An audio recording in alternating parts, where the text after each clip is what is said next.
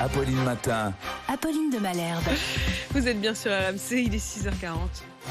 C'est votre avis.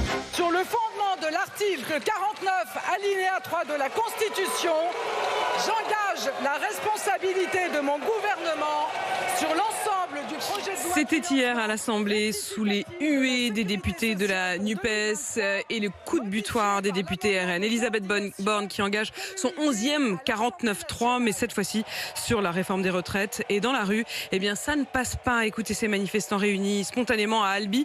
Ils réagissaient au micro RMC de Jean-Wilfried Forquès.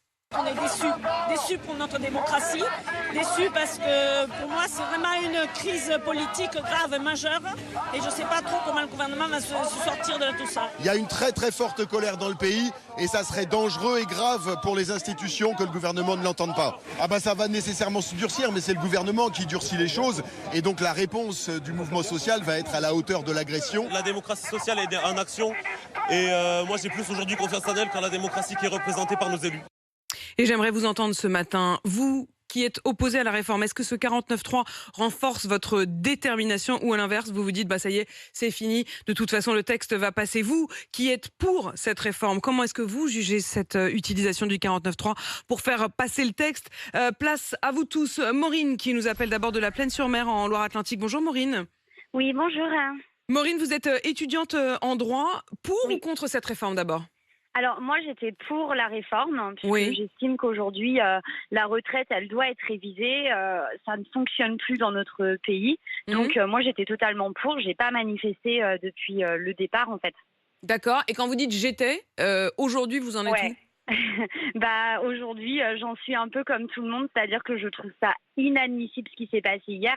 Aujourd'hui on a des représentants, c'est pas pour rien, ils ont été élus, ils sont légitimes.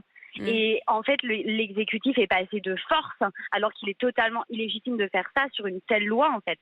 Ah, en fait, c'est intéressant votre point de vue, Maureen. Ça veut dire que vous, même si vous êtes favorable à cette réforme, vous auriez voulu qu'elle affronte le vote, quitte à ce qu'ils perdent. Mais au moins, c'était le jeu démocratique. Mais totalement, en fait. C'est tout l'intérêt de notre Constitution aujourd'hui, en fait. Ça, c'est l'étudiante de droit qui parle, hein, je dois le dire. Oui. Maureen, on le sent. Mais c'est bien, c'est bien. J'adore ce que je fais, vraiment. Mais aujourd'hui, en fait, par exemple, on dit que le 49.3 n'est pas démocratique. C'est faux. Il est dans la Constitution. Il ne faut pas l'oublier. C'est un outil légal. Voilà, complètement. Mais aujourd'hui, on ne peut pas utiliser un 49 alinéa 3 qui devait être voté, qui est passé devant le Sénat. Enfin, je veux dire, c'est totalement inadmissible ce qui s'est passé, en fait. Et quand vous dites ça, Maureen, vous prenez aussi en compte le fait qu'il y ait eu des records de mobilisation. C'est-à-dire que s'il n'y avait pas eu la mobilisation aussi virulente dans la rue, vous vous dites, bon, le 49.3, à la limite, ça n'était qu'un outil institutionnel, ou est-ce que, de toute façon, vous n'auriez pas accepté? J'aurais pas accepté. Vous iriez jusqu'à manifester là? Vous vous dites... Là, en fait, vous voyez, ma faculté a été bloquée plus d'une fois. Vous êtes où à la fac, Maureen? Je suis à Nantes. D'accord. Et elle a été bloquée plus d'une fois. Je n'ai pas été en manifestation parce qu'encore une fois, j'étais pour cette réforme. Mais aujourd'hui, si ma faculté est bloquée, j'irai en manifestation. Vous seriez prête à aller manifester? Et c'était le cas de plusieurs personnes hier, hein, on l'a bien senti. Cette histoire du 49.3 qui finalement peut-être même mobiliser certains qui n'étaient pas mobilisés comme vous, Maureen. Restez avec nous, Maureen. Il y a Patricia aussi qui nous appelle d'Arras. Bonjour Patricia. Oui, bonjour. Je suis contente d'être avec vous pour faire entendre ma voix. Je vous écoute. Moi, je pense que le président était très courageux. Pour une fois qu'il y a un président qui fait ce qu'il dit. Les LR ont été très lâches. Très très lâche. À l'Assemblée, c'est un cinéma pour moi ce qui se passe là-bas. Mais il fallait mettre fin à tout ça et puis prendre une décision qui devait être prise. De toute façon, on est la risée de l'Europe. Tout le monde est à 65, 67 ans, 64 ans quand même. Il faut y arriver, c'est comme ça, on est endetté. Enfin, il n'y a pas que la France, il y a l'Europe qui est au-dessus. On n'aura plus les crédits si on ne fait pas cette loi. Les gens ne se rendent pas compte de tous les enjeux. Et on élit Les gens, c'est pour qu'ils prennent des décisions que nous, on est incapables de calculer. En fait, vous lui avez donné mandat. Vous vous dites, on lui a donné mandat. Il est président, il assume. Vous faites quoi dans la vie, Patricia? Moi, je suis assistante maternelle. Donc, vous voyez, je suis pas une nantie. Je suis pas.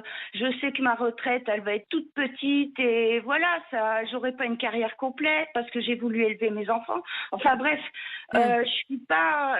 Mais pour autant, vous vous dites, il faut tous qu'on fasse cet effort de travailler plus longtemps. Ben bien sûr, il n'y a pas de. Pour moi, c'est voilà, les gens connaissent pas les enjeux, les dessous. Vos économistes essayent d'en parler à l'occasion. Emmanuel vous écoute. Emmanuel vous écoute à l'instant. Et d'ailleurs, je vais vous dire, Patricia, votre argument, c'est aussi celui d'Emmanuel Macron hier, qui a dit, au sens où, quand vous regardez un peu ce que raconte la presse européenne en ce moment. Quand Patricia nous dit la France est la risée de l'Europe, elle est l'agacement de l'Europe. C'est-à-dire que quand vous regardez la presse belge, ils nous regardent en disant mais qu'est-ce que c'est que ces Français qui sont des feignants en fait, qui veulent pas travailler plus. Je crois que la une de The Economist de cette semaine, c'est la personnalité qu'il faut à la France, et c'est la photo de Margaret Thatcher en référence au Royaume-Uni de la fin des années 70, paralysé par les grèves, les syndicats, etc. Donc oui, il y a une vraie difficulté. Il y a des négociations qui commencent à Bruxelles. On n'a aucune légitimité et aucun sérieux sur l'état de nos finances publiques. On n'a plus aucune crédibilité. Et c'est en effet ce qui a justifié aux yeux d'Emmanuel Macron l'utilisation du 49.3. Il a dit nous ne pouvons pas nous permettre, dans le contexte actuel et dans la perspective aussi d'une crise économique qu'il rajoute là-dedans, de passer à côté ça. Patricia, vous en parlez autour de vous? Vous en parlez autour de vous? Les syndicats se basent sur les sondages, mais les sondages c'est normal. Vous demandez à n'importe qui, vous voulez travailler 2 ans de plus, bien sûr que les 3/4 ils vont dire bah non. Mais précisément, Patricia, est-ce que c'est pas là-dessus, c'est-à-dire que moi je recevrai Olivier Dussopt tout à l'heure et j'étais en train de réfléchir évidemment hier soir à la préparation de mon interview et je me disais au fond, si on reprend tout le fil de ce qui s'est passé les 2 derniers mois, pourquoi ne pas avoir dit les choses comme vous les dites, Patricia? C'est-à-dire vous dites bah écoutez, de toute façon à un moment il va bien falloir le faire, c'est pas marrant, personne n'a envie de bosser 2 ans de plus, mais à la limite il va bien falloir le faire. Là le problème c'est que les gens ont eu le sentiment d'avoir été dupés parce qu'on leur a vendu une réforme qui était soi-disant plus juste. Parce qu'ils n'entendent pas pourquoi moi, une simple assistante maternelle, j'entends tout ça. Pourquoi? Mais les gens n'entendent pas. Et qui est dans la rue? Dites-moi qui est dans la rue. Les LFI, les syndicats, la fonction publique qui a été protégée pendant 40 ans. Alors pas que, hein. Cette année, cette fois-ci, Patricia, pas que. Mais bien sûr que c'est le gros des troupes, évidemment. Alors ils nous disent qu'il faut réindustrialiser le pays. Mais qui va aller travailler dans les usines? Ils veulent plus travailler, les gens. Il y a plein, moi j'en connais plein autour de moi qui sont 6 mois au chômage et 6 mois je travaille. Et comment voulez-vous que les patrons, je l'entends sur vos plateaux, les patrons qui disent, les restaurateurs ici et là, les gens partent au bout de 2 mois. Et enfin, qu'est-ce qui devient Vous avez commencé à travailler à quel âge, vous, Patricia? Moi, j'ai commencé à 25 ans parce que j'ai voulu élever mes 2 enfants. C'est un choix de vie qu'on a fait avec Mais bien sûr, oui. Voilà. Et aujourd'hui, vous avez quel âge? Moi, j'ai 59 ans. Je sais que j'aurai pas de retraite. J'aurai une toute petite retraite. Voilà. Mais c'est un choix de vie que j'ai fait. Ma vie, c'est les enfants. Et voilà. Je suis assistante maternelle et je suis heureuse comme ça. Après, il faut savoir ce qu'on veut. Voilà.